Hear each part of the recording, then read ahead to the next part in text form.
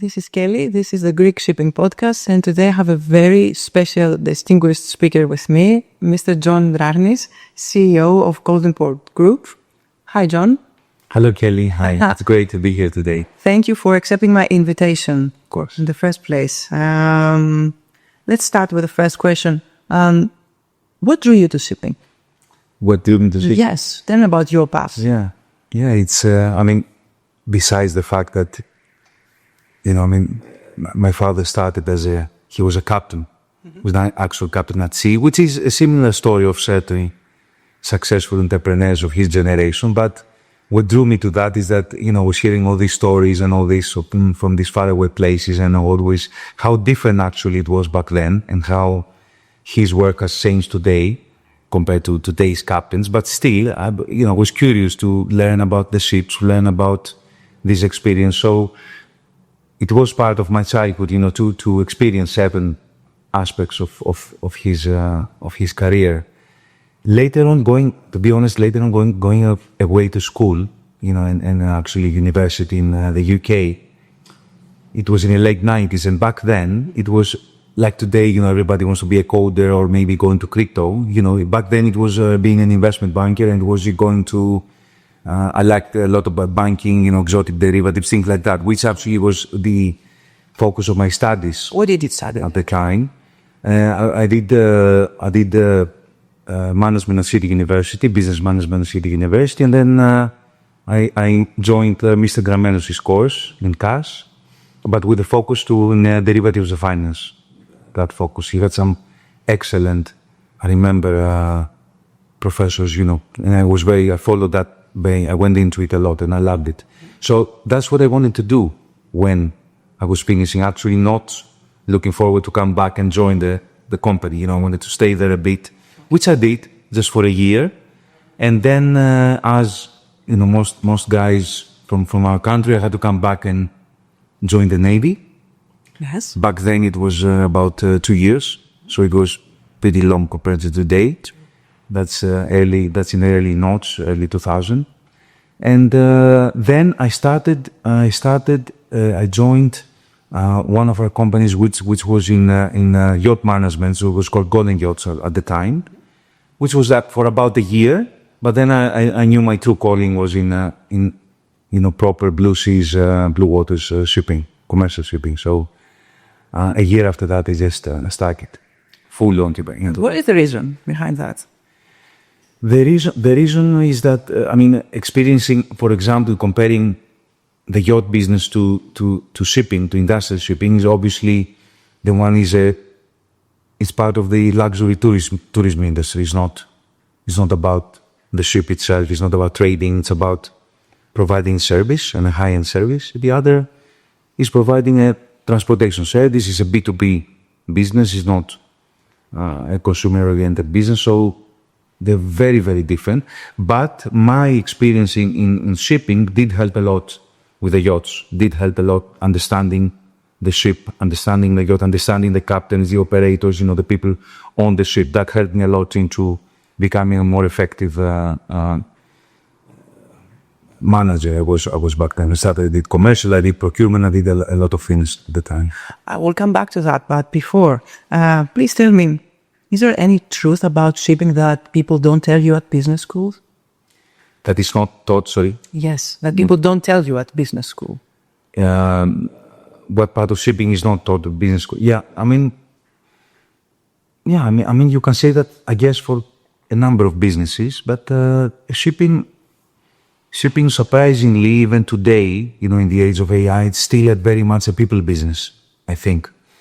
So, besides understanding, obviously, the background, depending, some people are very strong in tech, some people are very strong in ops or in commercial or in financial. So, notwithstanding where lies your core competencies, still you need to develop relationships, still you need to respect your name, build a name in the industry, and that name will follow you. Reputation, right? It's a surprisingly close-knit industry, and you will find the people that if you did supported someone or if you wronged someone, you will find that person again soon sooner than you think in your career. And that needs to be remembered. So when you close a door, that you should do it understanding that, it will come and haunt you eventually. It will have some consequences. Yeah, it will have consequences. You may choose it, you may have to do it. But I'm just saying that it's a closed business and it's a people business, and that matters a lot, relationships. Okay. Tell me a bit about your company. You run a diversified kind of company, I think. Yeah, thank you for the question. Our shipping group is Goldenport Ship Management and Ocean Gold Tankers. Goldenport is running a fleet of dry bulk carriers from large handies up to Cape size, and containers, relatively small, 1800s up to 2,500 TEU. Feeder vessels. They call the feeder, let's say the feeder sector. And Ocean Gold Tankers is mainly product tankers and has a series of from 50,000 deadweight IMO 2 and IMO 2-3 tanker vessels, and up to Aframax LR2s, so that's 115,000 deadweight tankers. And we started going into the LPG sector before the war. I'm talking about the Russian-Ukraine war. And purchased one vessel, started with a young vessel, actually an 84,000 cubic BLGC. But we didn't proceed because the market changed and prices went crazy high. So we're going to follow up on that investment when things stabilize. So it's basically tankers and gas. And finally, Ocean Gold is also opened up into the offshore sector, but focusing on oil and gas. That's a fascinating sector. Yeah, it's offshore in the Middle East, not in the North Sea. So it's not focusing on offshore supply, wind farm installation. It's oil and gas support for oil and gas, the oil and gas industry. Okay, and except for that, you run another business that has to deals with yachts, right? Building of mega yachts, correct? Yeah. How comes? The golden yachts, let's say, companies it's a quite integrated group in terms that there is a function of the group that actually builds the yachts, and we have our own building brand, the only Greek brand in Sibas. Sibas is the super yacht building association of the world. We're the only Greek brand there. Obviously dominated by large Northern European brands like Benetti is Italian, Lucian, Fedship, etc. So we are a Greek name into that. And so we build them and we have our own brand. Then we have a management company where we do the technical and operational management. Then we have a company that's a B2C, which is through Fraser Yachts. And Fraser is actually the chartering and sales function of the group. And then we run the shipyard business, with 3 facilities, which is new buildings, repair for, let's say, the yearly repair, and then also high-end repair, which is a more extensive repair projects. Like if, let's say, a bit older yacht, you want to do a refurbishment, you want to change the interior, like bigger projects for repair. And that's all in Piraeus, in Perameon. Okay. Yeah. Are you in charge of all these? No, it's basically in the business is me and my brother Vasilis.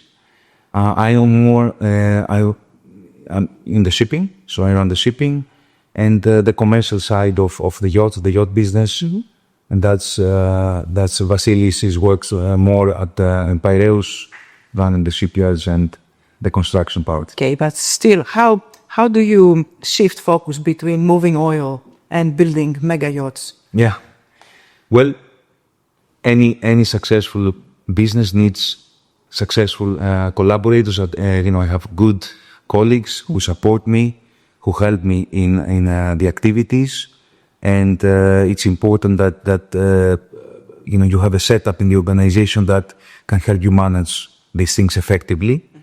And because I like also I'm quite detail oriented, and I like to drill into the detail, and so my colleagues know this and they help me do that. Are you a hands-on type of CEO? I like to think so. I like to think so. Sometimes too much, but Generally, yes. It was your appetite, your idea to diversify your company that much. And actually, the moving to the wet side from the tankers and gas was my thing. And the yacht business, it was a collaboration my father started.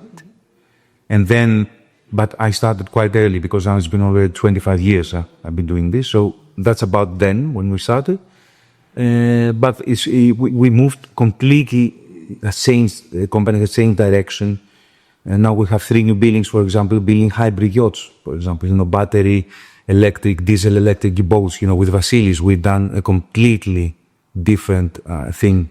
We took a very different direction in the company. So, yes, my father had this amazing idea to commercialize, super yachts, which did not exist. Not even anything remotely close to that. I would say people started looking into it barely 5 years ago. We've been doing it 25 years. So obviously, and not with a yacht building capability, but more focused. I buy a boat and just charter it out. So this is the concept that's being run at the moment. But I think it's an interesting business, very different dynamics. But see, the luxury market is something and it's the diversification factor that works very well with shipping. In what sense? Are there any synergies among the various shipping markets? Besides certain sectors like insurance, maybe applying some of the controls. They feed each other or they clash? What do you expect? Yeah, no, actually, yes. No, they do clash. And it takes a while. A ship owner moving into a very high-end luxury business, they need to understand that it's a completely different value proposition. The ship owners, especially increase their capabilities, I save money, from the cheapest ropes, the cheapest, this, and it's a different mindset. You have always to think your choice, how it affects the perception of your brand, because that's what you are. You're building a brand, you're selling a high luxury service, and you need to respect that the holiday, where people come on your boat and they spend their valuable time. The time is more valuable than the money, actually, for these people, because it's very scarce, and you need to respect that. And if you don't survive with this business. 1 or 2 bad reviews, you're done. Mm-hmm. Interesting. How can you cope with that? Actually, you learn, obviously, through experience. You learn through your band. As I said, we're doing it for a while. We have good collaborators. We built, and we're very lucky that we have some very smart people working with me. And obviously, we get feedback. We learn how to improve. We learn how to compete. Because it's not only here. We're competing with the West Med, with Monaco, with the Italians, competing with Spain. We're competing with the Caribbean boats of the American yachts. So you need to be on that level, or better. Which is your favorite thing? But I'm proud to achieve all that with purely Greeks.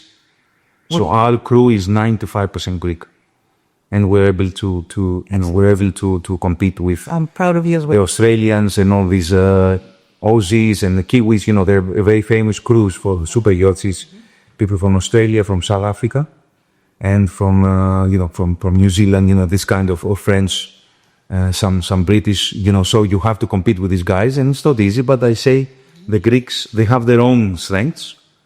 And we try to always improve their weaknesses. Which are the Greek strengths? When it comes to this kind of business, I think if the Greeks are above average in seamanship, so that you have good people who understand the sea and the boat. The so-called ελληνική ναυτοσύνη. Exactly, of course. You'll be surprised how sometimes people, especially in the yacht business, you entrust them with a very expensive piece of equipment, and more importantly, the lives and safety of your guests or your family, and the safety awareness and seamanship is at a very low level. But in our company, and I would say a bit more prevalent in Greece, is there's non-negotiable. It has to be at par. And then, obviously, the Greeks with their hospitality, the Greek hospitality. I know it sounds like a bit corny, but it's true. It's true. And they managed to find this golden middle of being approachable, but not too much. Because, you live with these people on the boats may be big. I mean, we are mostly, but it doesn't matter the size. Sorry, but I'm just trying to say you live with the families. You need to support the well-being and for those people to enjoy their time on board. But at the same time, you need to keep your distance. You need to manage that. Yes, I understand. And you need to understand those lines where they are according to the personality with its guest, the nationality, the different approach, and you need to understand all that. And it takes time and to learn all that. Do you train them? We do.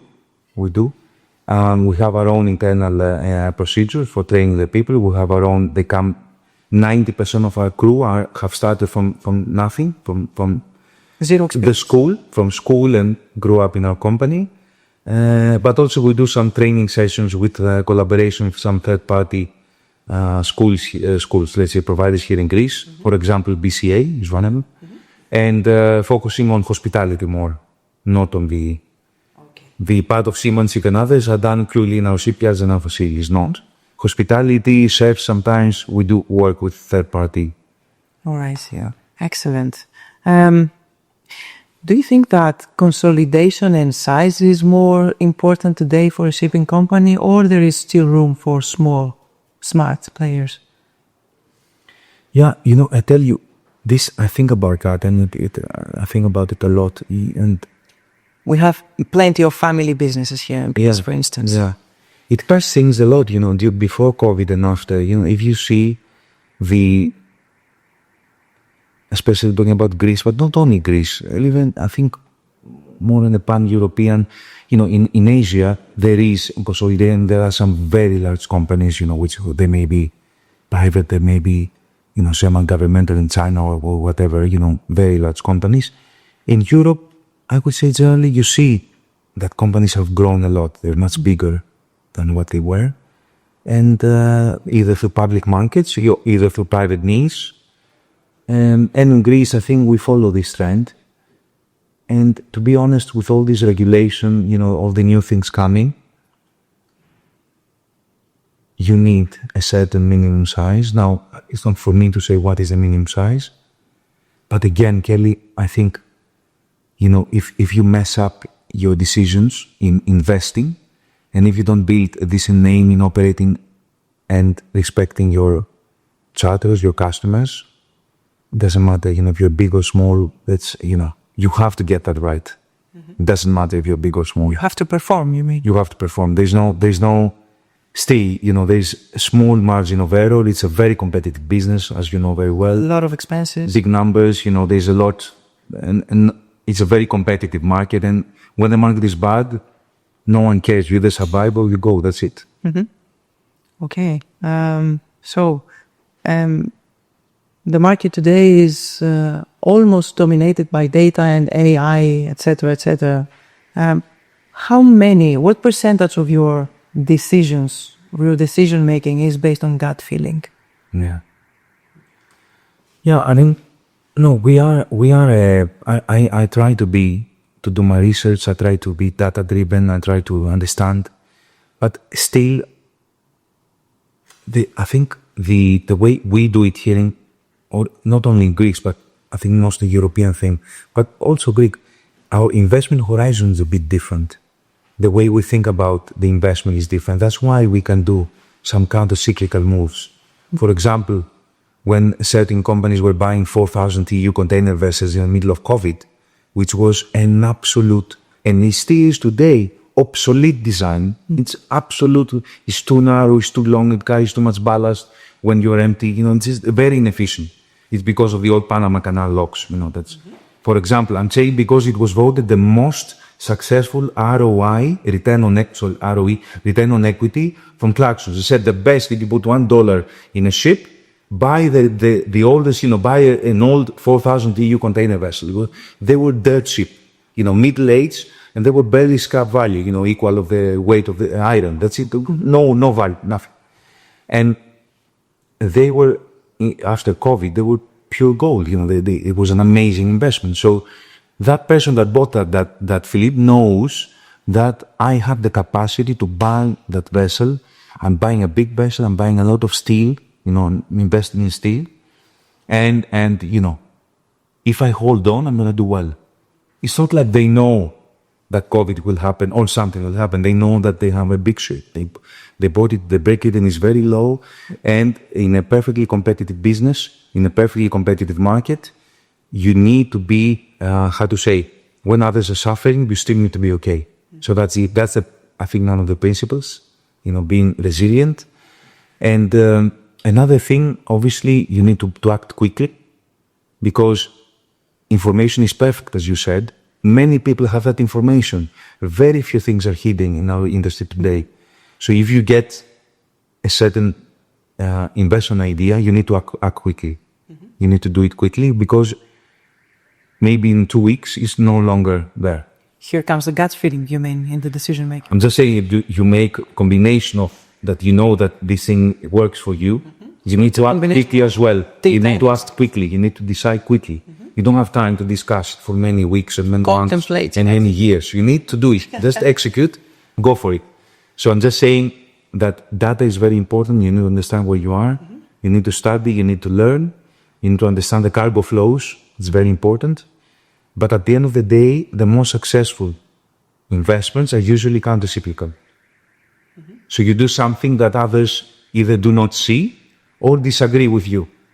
So going against the... Can you give us an example where your instinct beat the data, the market?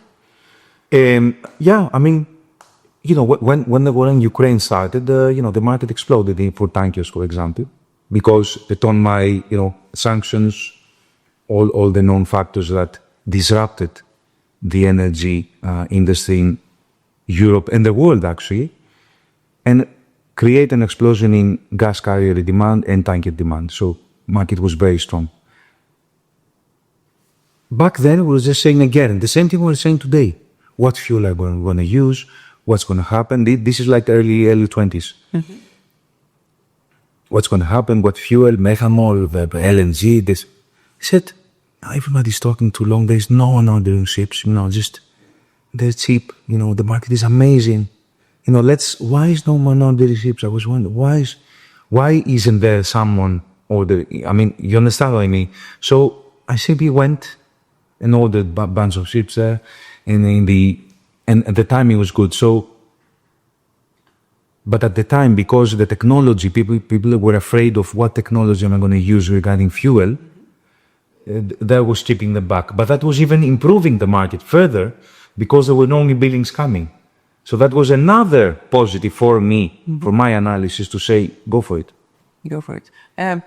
You've mentioned the alternative fuels. Which one do you believe is the best choice, the most? In terms of maturity of technology is LNG, in terms of maturity of technology. However, I have to say that we're the only one of the very few industries that are saying LNG is an alternative fuel.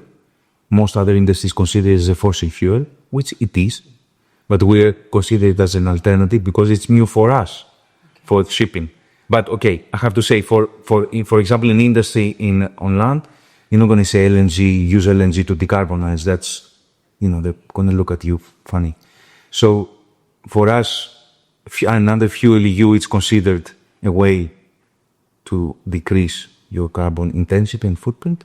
Under the new IMO regulation, if it probably not that. And what to tell you? Really, this question, if you ask, I think, to the brightest of the brightest in shipping, I think their answer would be, they would shake their heads. I don't know. And I'm not saying I'm one of them, but I'm just saying that I'm going to shake my head too. I don't know. If you know, you tell me. Honestly, I was yesterday in the Bureau Veritas Technical Committee. I was in the last week with the DNL committee. Of course, nuclear is amazing, but it's far away. Of course, it's very promising. It's far away. So, we have to see. I think there is no clear answer yet, honestly. Mm-hmm. There's no clear answer. Thank you. Which is the most risky decision that you've made in your life? I remember the let's say, you want stressful or risky? I can say risky and stressful at the same time. Both, maybe. I mean, back in 2007, 2008, part of our group I listed. I did an IPO in the UK. Why did an IPO in the UK in the first place? Yeah, because first of all, I went to the UK for. You are an alternative. Before I was close to the UK. Alternative CEO, not mainstream CEO. Yeah. Look, I had HSBC on my side at the time, and they said, let's create a showcase from Goldenport. Let's do it. And in the UK, HSBC is the biggest bank, so I said, okay, and we did it very successfully. It was an easy process. No, not at all. To get your company public. It's actually much more complicated in London, a full listing, and Europe, much tougher rules than the US. One example is that you cannot trade ships between your private fleet and your public fleet. That's not allowed here. So I'm saying it because we see it a lot in the US, and it's not allowed in European stock market. So you need to have a third party shareholder voting, and the other guys to vote if they're happy with that, because you have a conflict of interest there. Anyway, so that's for one example of that. But in the end, anyway, the sector didn't mature enough in the UK. So the main sector went to the US, as we know today.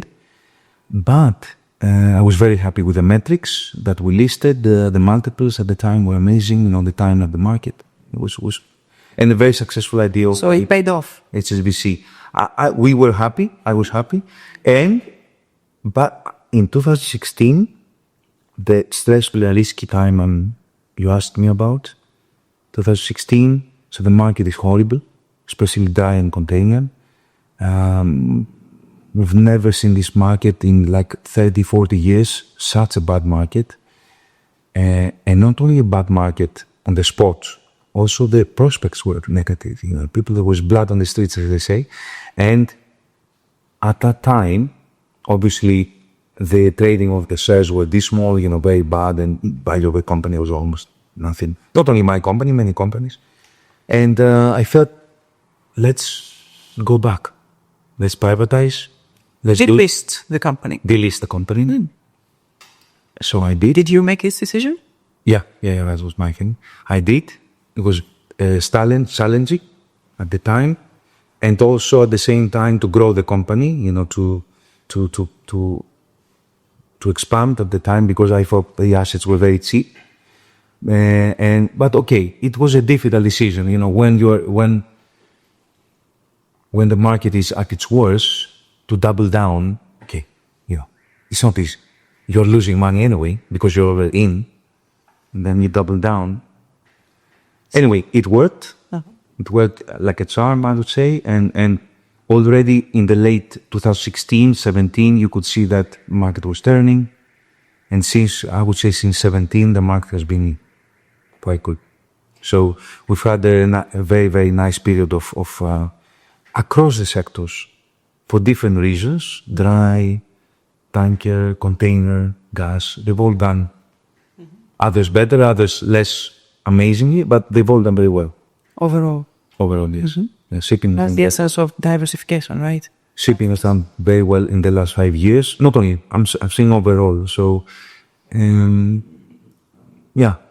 But, okay, still today, I think you need to be careful in your investments. It is a challenge. Any lessons that this whole process taught you? Yeah, I know it sounds like a Chinese proverb, but sometimes in the biggest cases of despair and bad markets and stress and I remember we had there's opportunity. 8 or 9 ships we had laid up. No, zero cargo, nothing, just drop anchor for nothing. For how many months? For some bulkers, even up to 6 months laid up. Okay, and that's the worst thing. To reactivate is expensive. The ship gets, it's like the worst thing you can do. And investing during that period was difficult. Was a good, difficult, but I think it was a good move. looking back. So how do you respond to crisis? And I prepare. I always like to be prepared for the worst case scenario, what that is. I like to, in my mind, I never share this with my colleagues, but I like to be prepared. How can someone be prepared for the worst? What do you mean?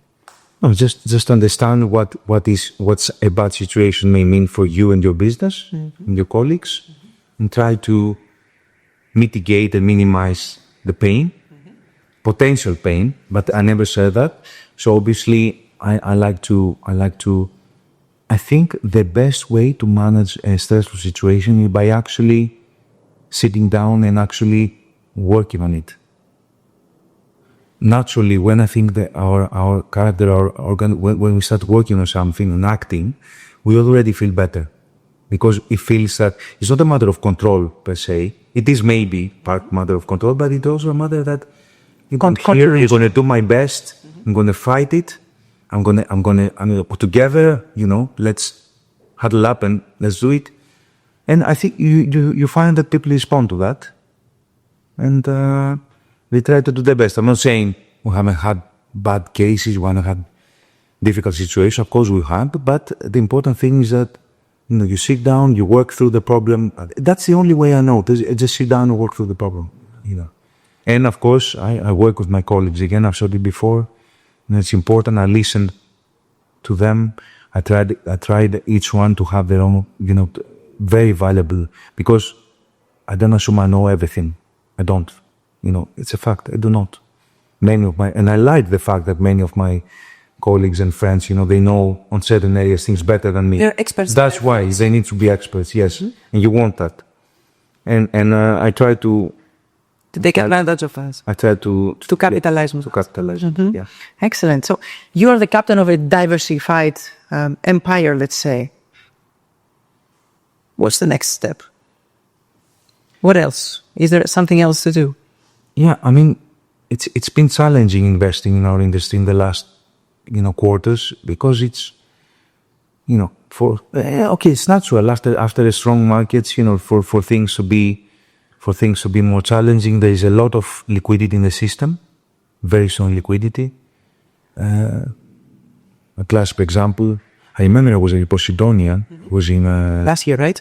I was in a Capital Link conference in dry bulk fund, and I was with three or four. The other guys had the ladies and had the listed company. I think it was mostly listed companies. Huh? I was a private, and I said, guys, I think dry is going to do that well.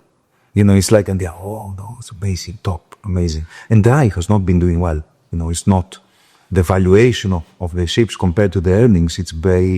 It's out of skew. And the reason is that because there is good liquidity, a strong demand. But am I selling any vessels? No, I'm not. Why? Because the order book is big in the short term, but generally decent. Old fleet, new regulation coming, I can't say anything. So I believe in that investment. I don't want to scale down. But would I pay for these numbers again it's not easy to grow at the moment. So it depends. It's a challenge to find pockets of investment today. As I said, the last one I did was the offshore oil and gas industry. And we're also finding some, obviously, outside the operating businesses, investments left and right. You have some good opportunities, and we have done a few. But in our business, I have to be honest, I've been a bit defensive lately. Are you active in things like derivatives, FFAs, hedging, etc.? Yeah, I mean, I don't use it as a speculative tool. FFAs, I use it as a hedging tool, and you can combine it well if you have a vessel on index and lock in, go short certain quarters and lock in certain numbers. Or otherwise, it's an alternative. If you want to go long and you believe that the cake is oversold, just buy a few quarters try to go for the liquid quarters always, the liquid months, not very far away. We do some bunker hedging. We do fuel EU EU ETS hedging, and we have our own in-house department to manage and buy and trade ETS. And now we're starting the fuel EU, obviously, to manage that as well in-house. And but mostly those departments are for hedging, not just to support the fleet. Yeah, not as a profit center. On a different angle now, how do you spot talent in shipping? What makes someone stand out to you? Yeah, I mean it's excellent question. The matter of talent, the matter of human capital is our business, our assets operate thousands of miles away. We need very smart people and very capable people to manage those assets effectively from afar. Plus, you have the people that are traveling all the time and are trying to visit the ship. So you need smart people who can operate across the globe. We are predominantly Greek. The executives in the company are Greeks, in the shipping company, and I love that. Generally, in Greece, the companies are not very diverse in terms of nationalities. I'm sure you know that. Why is that? This is in contrary. I mean, in other countries, you will not see that. Maybe you have, but no, even in Denmark, I think they're quite diversified. In Greece, I think we have the more let's say, we're more we like our own. No. Are we introvert? Not either, but I think it fits well the way that the captains, this company, for example, 80% of the people are captains, engineers, electricians. They're all people from the sea. We are mostly a technical company. We are obviously investments, operation, chartering, of course, but most of the people are technical people. So it's a matter of culture. So yes, and the culture there of the Greek seaman, the Greek engineer, it's something that the way they work together works very, very well. Their communication codes. Communication works very well. Plus, they work very well with Eastern European, crew generally, and with Filipino as well. I mean, it's a classic to have. Used to have in the ships, Greeks and Filipino. They work very well together. Why?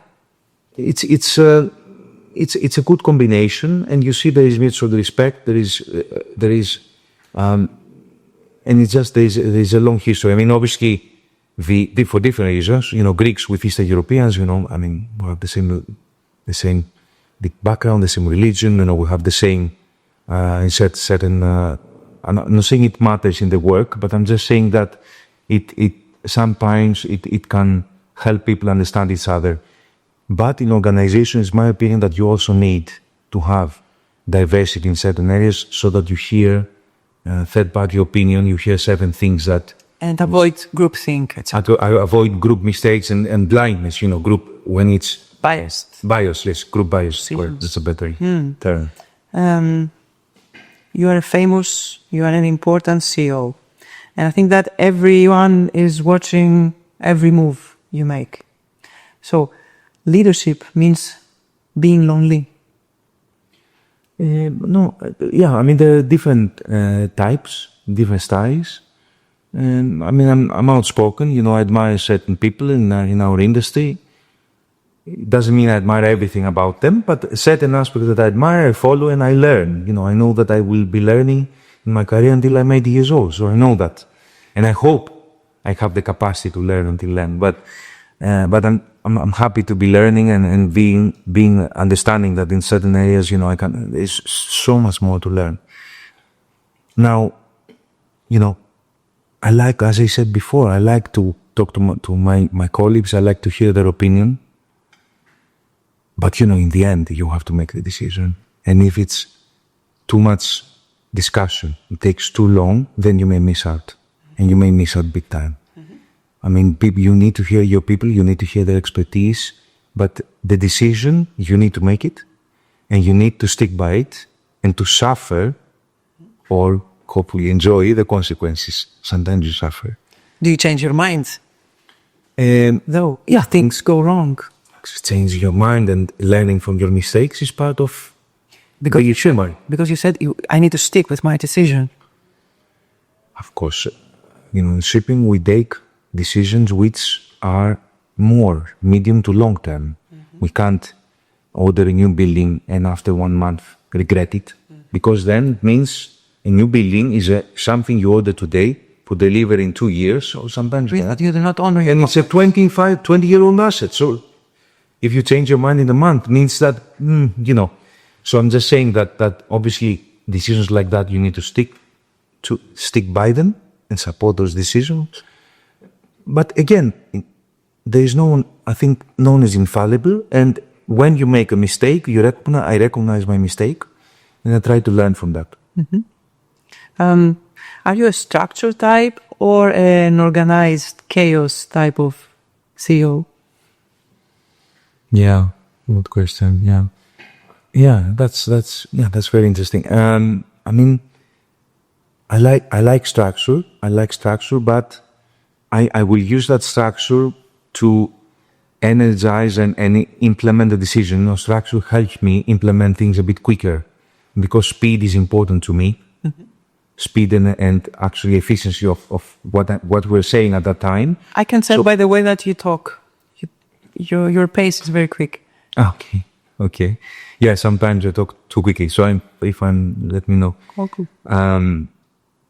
So structure will help you implement certain decisions, and you need that in order to make things happen quickly. So you are diligent, right? Yes, I am diligent. I like detail. Results oriented. I like the result. Yeah, I like the detail. I like to look at the detail, and I appreciate people a lot who like that too, and I respect that. You collaborate in a good and easy way with them, right? Yes, of course. Of course. What is your daily routine like? Well, I mean, a pretty full day. I mean, we all have the family, first of all. Obviously, the most important thing, my boys and my wife, Laura. We of course, we always plan our days together, and, we like to plan the weekends, and, we like to have, what is next or what we're doing next. So that's a big part of the day to day. And obviously, I like also my, sports. I like doing sports. I like exercising. I know you enjoy like that. tennis. Sorry? And I know you like tennis. I like tennis. Yeah. I like certain other types of sports. What kind of sports do you like? It depends. I mean, I swim a lot in the summer. As I said, in the winter I play a lot of tennis, but that's also a post-COVID thing. It's not it's relatively recent, but I enjoy it. I like running a bit. I like, sometimes exercise, various types of exercising, some weight training, and then paddle sometimes, but mostly tennis, I have to say. Mostly I'm sticking. I know many people are shifting, but I'm staying with it. Okay. And then, of course, I like, sometimes structure helps me maximize my day, and the work, the work is there, the work doesn't stop. You always need to be on call. That's unfortunately part of our job. And, we have to follow through. But this doesn't daunt me, I welcome that, and I'm used to it. I know it's funny. You travel a lot for business? Yeah, I mean, I do now and then. I travel. I had a recent long 2-week trip to the Far East. Yeah, it was. Do you like that? Yeah, I loved it. Yeah, it was great. Why? I loved it because you visit the seaports, you visit new people, you hear ideas. For example, recently, and you like very much to hear what's happening with all the US-China thing. So you will hear different opinions on the ground, right? Than what you read through FD or Bloomberg. There's different things. So that's, for example, one thing. And the other thing, I like to travel. I like to go around and enjoy it. Okay, so now I have a question from one of my students, if you don't mind, of course. He is a first-year student actually, but he's a senior student back in the States. He comes from New York, and he's in my introduction to shipping class, and this is his first shipping course. So always before recording a podcast, I ask my students, please, I have this speaker tomorrow, let's say, and I pick the most interesting question that they suggest for my speaker. And I picked this one this time. So Max is asking, I know now everything you ship is very important, but there has to be a time where you had extremely important cargo. What was the cargo and where did it go? Yeah, we've had all kinds of cargoes. I remember sometimes you have the cases when on bulk carriers, especially small ones, you carry certain very, very sensitive cargoes. I remember one ship who had 40,000 tons of cocoa. It's a very delicate, expensive and very delicate cargo. You need to have zero. It was going into Europe, into Northern Europe, and Holland actually was in. I remember other cases where we have in the gas carrier. I remember, it's one of the only vessels there. The Point is called the name of the vessel, and it's moored off East Africa, and it gives LPG to all these areas there, all the small islands in the area. It's their only source of power. That's it. Sometimes the Point arrives and smaller LPG vessels will come, and that's fuels the generators, that fuels the stoves, they're cooking. Mm-hmm. So it's actually affects daily life of those people, right? Mm-hmm. You see that you are part of this supply chain. Of this supply chain. How do you feel about that? Yeah. Well, you feel responsibility, but most important, you feel responsibility, you feel you have to deliver, but at the end of the day, you have to follow through, you have to protect your people on board. That's very important. We've had many situations where there's been so many situations where crew were under duress or under direct or indirect threat, for example, COVID. It was so hard for them then, they were stuck on ships all across the world. They couldn't go back, couldn't go anywhere. Were stuck on a ship for more than a year, with limited communication and limited access to resources. Houthis, you have ships going through the Suez Canal and they're being fired upon. That's way beyond what normal people signed up was, way beyond. And certain other situations, the Black Sea trading, where with the beginning of the Ukrainian war, they had mines in Kiev. We were looking at, I remember, for mines that were because of the beginning of the war, there were certain incidents that we needed to be on the lookout for. So I think, these people, honestly, the job is changing, but still is a challenge. We have to take care of that. Thank you, John. So my last question for today. So let's suppose that a young student of mine listens to this right now and dreams of running a shipping company in the future. What piece of unfiltered advice would you offer to my students? Yeah, and I know it sounds, you're saying it, and first of all, I think it's totally doable. So you see that there are periods of time where, there is access to capital. Of course, you have to be in the game, and you have to have unique ideas, and you have to present something different. That's not only for shipping, I guess it's for most things, but, for shipping, you have to go there and make the other person understand that you like what you're doing, or you're learning as you go, you're learning as much as you can on what you want to propose and how you want to work with your investors, to do some exciting idea. Sometimes it's a tough sell because sometimes the best ideas are a bit counterintuitive. That means counter-cyclical, and you need to convince your investor of that. That is a big challenge. Mm-hmm. And finally, you need to follow through. Sometimes it takes a bit longer. The investment in shipping, you may hit it right on the nail on the head, but you may need a little bit of time sometimes. So you need to have staying power. Our industry, is a lot about staying power, is a lot about resilience. And sometimes it booms and you hear the big headlines and this company made this, that company made that.